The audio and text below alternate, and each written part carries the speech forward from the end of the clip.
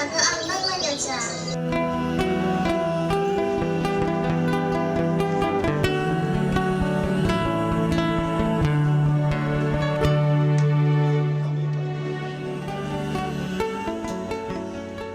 অনেক ভালো লাগছে, এতগুলো মানুষ দেখে আমার অনেক আনন্দ হচ্ছে। আর সবসময় তো টিভিতেই দেখতাম, আজকে বড় পর্দায় দেখতে পাচ্ছি, তাই আমার বেশি আনন্দ হচ্ছে। আমাদের দেশে যেভাবে ভাষা হারা যাচ্ছে, সেখানে ভাষার মাসে এই প্রথমবার চাকমা, মারমা, ব্রম কারো ভাষায় যে চলচ্চিত্র নির্মাণ করা হয়েছে, এটা আসলে একটা প্রশংসনীয় উদ্যোগ।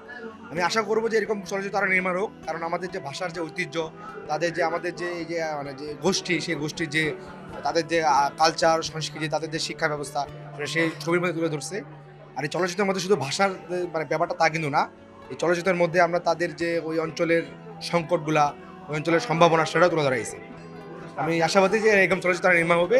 বাংলা ভাষাভাষীদের জন্য এই ধরনের উদ্যোগগুলো আরো বেশি বেশি নেওয়া উচিত, বিশেষ করে আমাদের তরুণ প্রজন্ম, যারা আলফা প্রজন্ম, তারা যদি এগুলো দেখে আমার মনে হয় তারা অনেক সমৃদ্ধ হবে। আমার পার্সোনালি খুব ভালো লেগেছে। এটা ভাষার মাসে এই ধরনের উদ্যোগ একেবারেই বলবো যে প্রশংসাযোগ্য। অবশ্যই ভালোই লেগেছে, কেননা অভিনয় হচ্ছে কঠিন কাজ। আমরা যদিও প্রফেশনাল অভিনেতা অভিনেত্রী না, তারপর আমরা চেষ্টা করেছি যতটুকু সম্ভব ততটুকু দেওয়ার। কেননা প্রথমবার তো একটু ভুল ভ্রান্তি হবে, ক্ষমা সুন্দর দৃষ্টিতে তাকাবে। সংস্কৃতি হচ্ছে বিরাট একটা বিষয়, তো সেখানে আমরা আংশিক তোলার চেষ্টা করেছি, যেগুলো সংক্ষেপে তোলা যায়, কারণ এটা তো পূর্ণদৈর্ঘ্য চলচ্চিত্র না, এটা হচ্ছে কাহিনীর চলচ্চিত্র, কয়েক মিনিটের, বিশেষ করে 18-15 মিনিটের এরকম। তো সেখানে বিস্তারিত সব কিছু তোলা সম্ভব না, তবে আমরা চেষ্টা করেছি সংক্ষেপে মূল বিষয়গুলো তুলে ধরার, যেমন বিবাহ সম্পর্কে নর্মালি যেগুলো বিবাহ হয়ে থাকে ওইভাবে আমরা তুলে ধরেছি। যে প্রেমের ক্ষেত্রে ফ্যামিলির যে প্রবলেম হয়, ওইটা তুলে ধরার চেষ্টা করেছি। ক্ষুদ্র নৃগোষ্ঠীতে আমাদের খ্যাংদের যে বর্ণমালাটা তুলে ধরা হয়েছে, সেজন্য আমার খুব ভালোই লাগছে, কারণ আমাদের জাতির যে বর্ণমালাটা প্রকাশ হবে, যে আমাদের নিজস্ব একটা খ্যাং বর্ণমালা আছে, ওইটা প্রকাশ হবে, সেজন্য আমি আনন্দিত আর কি। গল্পটা রক্তকরবের খোঁজে নন্দিনী। ধরুন, এটা একটা বাঙালি মেয়ের জীবন কেন্দ্রিক একটা গল্প। যেমন মেয়েদেরকে প্রত্যেকটা ক্ষেত্রে, প্রত্যেকটা জায়গায়, ঘরে বলুন, বাহিরে বলুন, কর্মক্ষেত্রে বলুন, সব জায়গাতেই আমরা যতই বলি যে তারা স্বাধীন, কোনো প্রতিবন্ধকতা নেই, কিন্তু দিন শেষে দেখেন কোথাও না কোথাও আমরা চার দেওয়ালের মধ্যে বদ্ধই, পুরোপুরি স্বাধীন আমরা নই।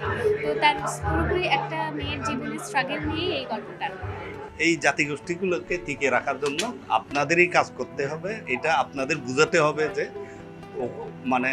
চিটাগাং হিল টেক্স বলি, অন্যান্য যে কোনো জায়গাতে, এটা সিলেট হোক, রংপুর হোক, সব জায়গাতে কিছু না কিছু সৌন্দর্য আছে। এগুলি তো যদি আপনারা তুলে ধরে নিয়ে আসতে পারবেন, আপনাদের কালচার, আপনাদের সংস্কৃতি, আপনাদের সমস্ত কিছু বৃদ্ধি পাবে, কলেবর বৃদ্ধি পাবে। দেখুন, বাংলাদেশটা হচ্ছে, আমি সব সময় মনে করি বাংলাদেশ এই যে আমেরিকায় বলি না আমরা, মাল্টি কালচারাল একটা কান্ট্রি।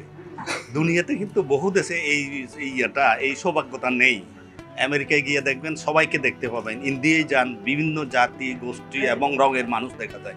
সিমিলারলি আমরা চিটাগাং হিল টেক্সের মানুষ কিন্তু বাংলাদেশের এই সৌন্দর্যতাকে আরও বাড়িয়ে দিয়েছি।